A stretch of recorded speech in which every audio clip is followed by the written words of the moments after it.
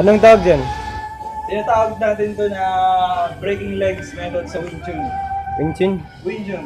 So, example ng kalaban pag mag-straight jump. Tapos. Okay. Game! Game ba? Game. Game. Kailangan natin hawakan yung kailangan natin mahanap yung body mechanics ng armrest. So, kailangan pag suntok ko, tandaan na. Sige. Pag hanapin mo yan, tapos bigla mong sutukan pag may mata yan.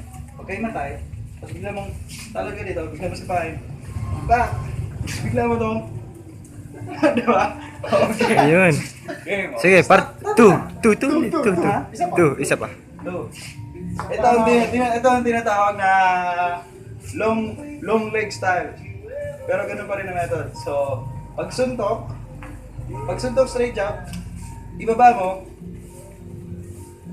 i-bend mo, andito na siya. So, pwede mo siya, pak! Yun. Part 3.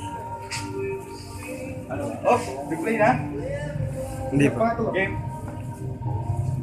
Kung paano mo may babaliktad ang kalaban mo, paano mo siya Sige. kailangan mo hanapin yung body mechanics ng armrest. Pag kailangan mo gano'n, yan.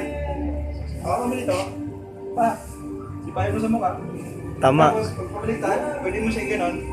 Hawakan to, nang pabaliktad to. Tininggot-tingos ka. Tulak. Ayun. Yun na. Pa. Yun. Pakain ko lang.